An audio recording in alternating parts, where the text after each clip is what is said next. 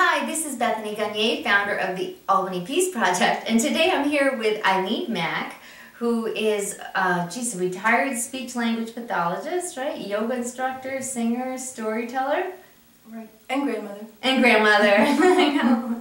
And Eileen, you were telling me about how you wanted to meditate for years, but you were intimidated by it. Can you say anything about that? Yeah, I really was intimidated by the concept of meditating. My yoga teacher, Louise Sierra in Plattsburgh, offered a meditation on Tuesday nights. It took me years to say, okay, I'll come for meditation because, well, I was kind of afraid I couldn't sit in one position for that long, and actually it's okay if you move. I found that out.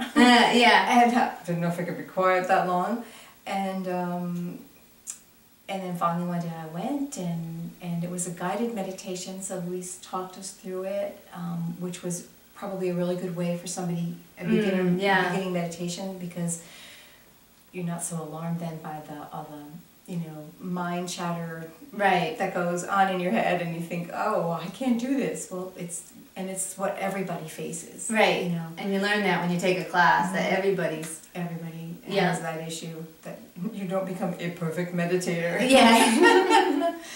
So, and you participated last year for 2 years in the Albany Peace Project, right? Right. I thought it was a great way to help people get to a meditation practice, and then the idea that we're trying to bring and create a more peaceful place in Albany and in the world. If you believe in prayer, part of that, the Blessed Mother came to the children of Fatima and said, pray for peace. Right. And so it's this idea of, maybe through our prayer and meditation, and we can create something out there. Right, maybe, and here at the same time. Right, absolutely. And so then you ended up stepping up to become a meditation leader, right? Or you took the Albany Peace Project meditation leader certification. Right. And can you tell others about that?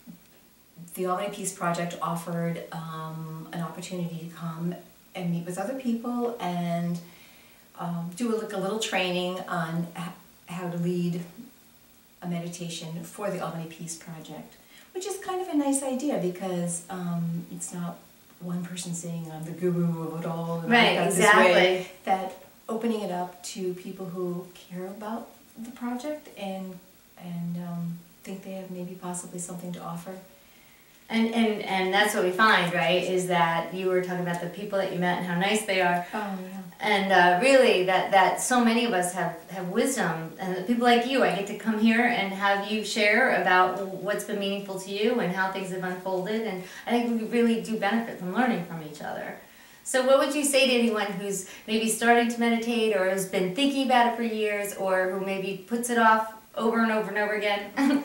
Be not afraid. Right. It's a wonderful thing, and scientific research, which I'm sure you could address way better than I, has shown that it can change your brain. Right, absolutely. Maybe you could say something about that. No, right, you're right. It does change I love the way Dan Harris puts it. He says that meditation is like performing neurosurgery on your brain.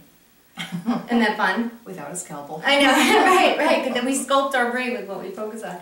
So and you've noticed a change in your life when you did start meditating. What happened? Do you remember? Well, I found that in times of stress, like being in the hospital waiting for something to happen with somebody, that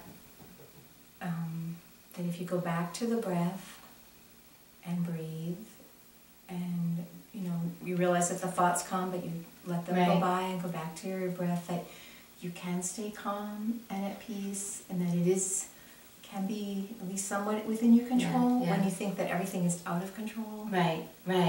And wow, you really brought up a moment in people's lives when fear is the highest and you're kind of there in a really difficult situation, and you're absolutely right. I mean, meditation is just an amazing tool that fits in those really pockets of life where it can be really challenging, right? I mean, and that's when I feel like this work really shines during crisis, because that's when you realize just how powerful.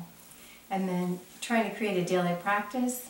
Oprah and Deepak Chopra have had 21-day meditations, and I've done that too, and I just think that's a great way for people who aren't familiar with meditating to come to it. Yeah. And be supported. Yeah, exactly. Be supported. I like that. Yeah. So, all right, today you're going to lead us in a meditation, and we'll look forward to it. Anything you want to say about the meditation you're going to do? No? No, we'll just go with the flow. Okay. All right. Sounds like a plan.